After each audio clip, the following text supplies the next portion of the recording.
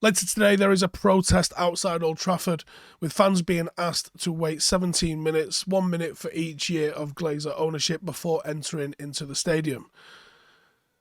I will always support people's decisions to protest. I will always support people wanting to protest this ownership. For me, this ownership is the reason that Manchester United are so badly run, so bad on the field, and have declined so much in the last 17 years. I think the only way Manchester United will ever see sustained success ever again, and we might win the occasional pot, but we will not dominate like we have done previously until we are able to see new ownership that matches the ambition and desire that fans have to be the best football team in the world. So here's 5 reasons to protest. Number 1, we finally got the ball moving. After protest last season, particularly the Liverpool game, we heard from the Glazers for the first time. Promises from the Glazer family were such that the fan share scheme, and to talk to MUST, the Manchester United Supporters Trust, was the first time that the club had said they was going to do anything of such. The quote, "give them an inch and they'll take a mile," is probably prevalent here, and the Glazers have, finally, for the first time, seemingly, given us an inch. And it's vital that we try and take as many miles as we can with them and continue the protests. Number 2, false promises. So following on from what I just said about them promising to do a fan share scheme and talk to MUST, well, despite promising the reform, communication with the fans, a fan share scheme, nothing has changed. They've done nothing. The promises were very, very watered down from what they appeared like they were going to be. The fan share scheme proposed doesn't threaten their power in any way, shape or form whatsoever. If we're going to settle with what the Glazers have said they're going to do, even if they do it, nothing is going to change. So we must keep protesting. You know, every inch that they give us, we have to try and take 2 or 6 or 12 or 15. We have to control. They give us an inch, let's take a foot. You have to try and grab everything that you can because they will not let up any sort of power whatsoever. Number 3, we're not getting back to the top with the Glazers. They've proven over the last 17 years that they're just not capable of running a successful football club. They are here to continue to milk it until it dies.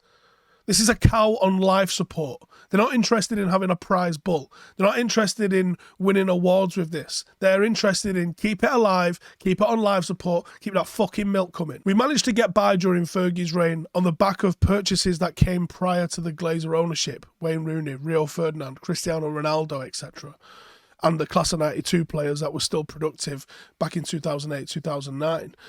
The last few seasons, Fergie had a positive net spend, largely in part due to the sale of Cristiano Ronaldo. But Manchester United effectively spent nothing over the last 9 years, 8 years of Sir Alex Ferguson's reign. And in that time, he was still incredibly successful, bringing in 5 titles, 3 Champions League final appearances, including 1 win. And when Sir Alex Ferguson departed, the slow rot set in. And they spent money. Well, I said he spent money. They let us spend some of our money. They've not spent a damn thing. They tried to sort it out by going big in the first window of a manager's reign.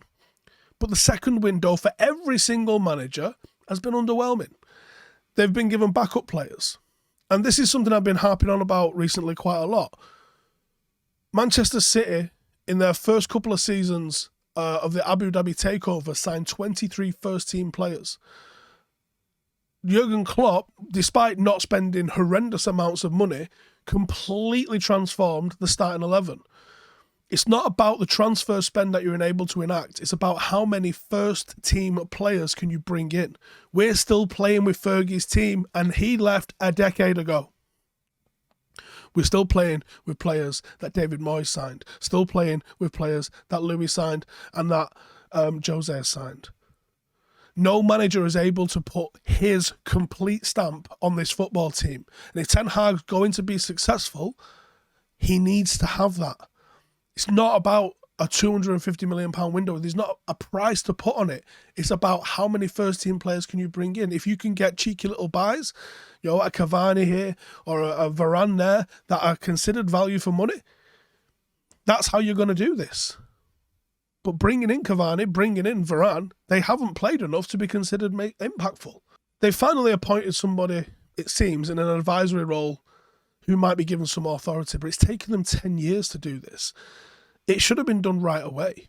It arguably couldn't have been done under Sir Alex Ferguson. Jose didn't want it. But for the good of Manchester United Football Club, we did a video on wages the other day. We're wasting so much money. For owners who are supposedly fiscally sound, it makes no sense to waste the sheer tens and tens of millions of pounds that we waste. And if you have one direction under David Moyes and a different direction under Louis van Gaal, and flip that and go in a different direction under Jose Mourinho, you waste money. What I hope Ralf Rangnick implements, even if Ten Hag is not able to be successful, the next manager that Ralf Rangnick is here and helps appoint continues in the same direction. You know, as three names that are all cut from the same cloth: Nagelsmann, Tuchel, Ten Hag. Put them all in a line and the players will likely line up for all of those managers. Now, again, don't quote me on those exact managers, but think about the style of play that these teams play and the style of play that these managers play. If you appoint those, there's no point, for example, going Ten Hag, Simeone, Ancelotti. And for all the arguments of appointing Conte, Manchester United, more than anything else, needed top-down reform. Conte would have come in and just done exactly what Louis did and exactly what Jose did. Maybe not even as much as Louis did in terms of changing the back end of Manchester United. Manchester United need Ralf Rangnick and they need him to be given the authority to change everything that he needs to do. Number 4, unforgivable. What the Glazer family have done to Manchester United is simply unforgivable. They bought the club with money that they borrowed. They saddled that debt onto the football club. I might as well have bought it. They've put less money in than I have. If you've ever bought a shirt or a season ticket or probably just a fucking membership, they've put less in than you have. That debt could have finished Manchester United off. Nobody predicted, and this is including the Glazers, they did not predict, nobody predicted that the TV money was going to go to the astronomical levels that it has gone to. We could have easily done what Leeds United did and found ourselves having to sell off our signings and be relegated because we couldn't compete. That was a very, very real and scary possibility in the late 2000s. They got lucky. There was no planning involved in that. They got pure lucky. Now, Manchester United in that time have paid off somewhere in the region of 1.5 billion off in debt refinancing and interest payments. That's 100 million a season. 100 million a season back in 2005 buys you everybody. Cristiano Ronaldo in 2009 was a world record signing for £80 million. Imagine the signings we could have had if we didn't have to deal with their debt. They've allowed the stadium to fall into disrepair. Under Martin Edwards, the stadium was going through constant evolution every couple of seasons. They've been here since 2015 and all they've done is fuck around the disabled fans, mess around what's going on at the bottom of K-Stand, and just completely balls the place up. It's in desperate need of a Karcher and a baby wipe. Some of the back tunnels in the stadium are unfathomable. They've put zero money into it. We do it on the cheap. You know what they say? Buy cheap, buy twice. That might as well be Manchester United's motto because that's seemingly all we do. Budget and Scarpa rather than do it right, do it once. It's absolutely unforgivable. Their reign will go down as one of the most horrendous things that's ever happened to this football club. When they took over, I never did a video on this because I never found the correct sort of angle to present it. But if you go and look at how Manchester United were dominating the financial game from 2000 to 2005, following the success that we had in the treble season, we were making profits of 250 million a season.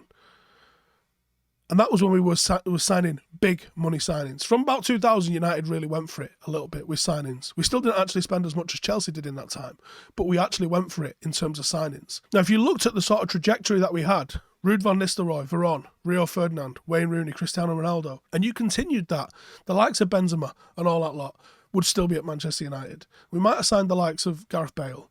Manchester United would not have probably allowed Cristiano Ronaldo to leave. We probably just would have paid him a fat wedge. Everything that's happened to us has happened to us because our owners have allowed it to happen to us. Like they say in Soccernomics, no clubs make money. But Manchester United was one of those that was making a lot of money. And then immediately 2005 hits, the amount of money United makes shrinks. We get overtaken by Spurs. Spurs end up ploughing all that money into a stadium. At least they have that to show for it. We've got nothing. We've paid 1.5 billion. It's all right. I guess they've paid it all off though, no, haven't they, Steve? No. From the original principal loan of £660 million, how much, after paying 1.5 billion off, do they owe? Our survey says 500 fucking million. How? What the fuck sort of interest rate is that? All right, but that's all we owe, right, isn't it? No, our survey says we owe 250 million for transfers that we bought on fucking credit cards and all. So somehow Manchester United got bought for 660 million. We paid 1.5 billion off. We put some transfers on our fucking credit card, and we now owe more than we did 17 years ago. Do not tell me that these owners have a fucking clue what they're doing, because they clearly don't. Number 5, Manchester United is ours. Every fan, whether you're born in fucking Newton Heath or fucking New Delhi, Manchester United is your fucking football club. We are the ones who pay to go to the games. We are the ones who make Manchester United the biggest club in the world. Without fans, there is no fucking club. We put more into the club than those owners have ever fucking considered putting into the club. Even if you've bought a fucking dog bowl from the mega store. This club belongs to us, and we need it back. Manchester United doesn't need a sugar daddy like Chelsea, like Manchester City. We would have been fine if by some miracle you wave a wand, go back to 2005, and some benevolent billionaire buys the club from Martin Edwards and gives it to the fans. We would have shit money. Manchester United was a success, and under their reign, we've been overtaken in a big way. On the pitch, off the pitch, commercially, in every single way, Manchester United have been overtaken because them pricks are asleep at the wheel. Maybe asleep at the wheel's too fucking kind. They've got to go. Hey, thank you for watching the video. If you are new around these parts, then don't forget to subscribe. My channel is proudly supported by my community on Patreon. If you'd like to get a little bit of extra content, a Discord group, meetups, five-a-side games, weekly podcasts, behind the scenes, and even an occasional bit of transfer news as and when I get it, then for the price of a pint, you can show your appreciation for the content that we make and get some goodies for doing so as well. Check the link in the description or click the button right here. You'll also find all of my socials here too if you want to follow me on any of those platforms. Nice one.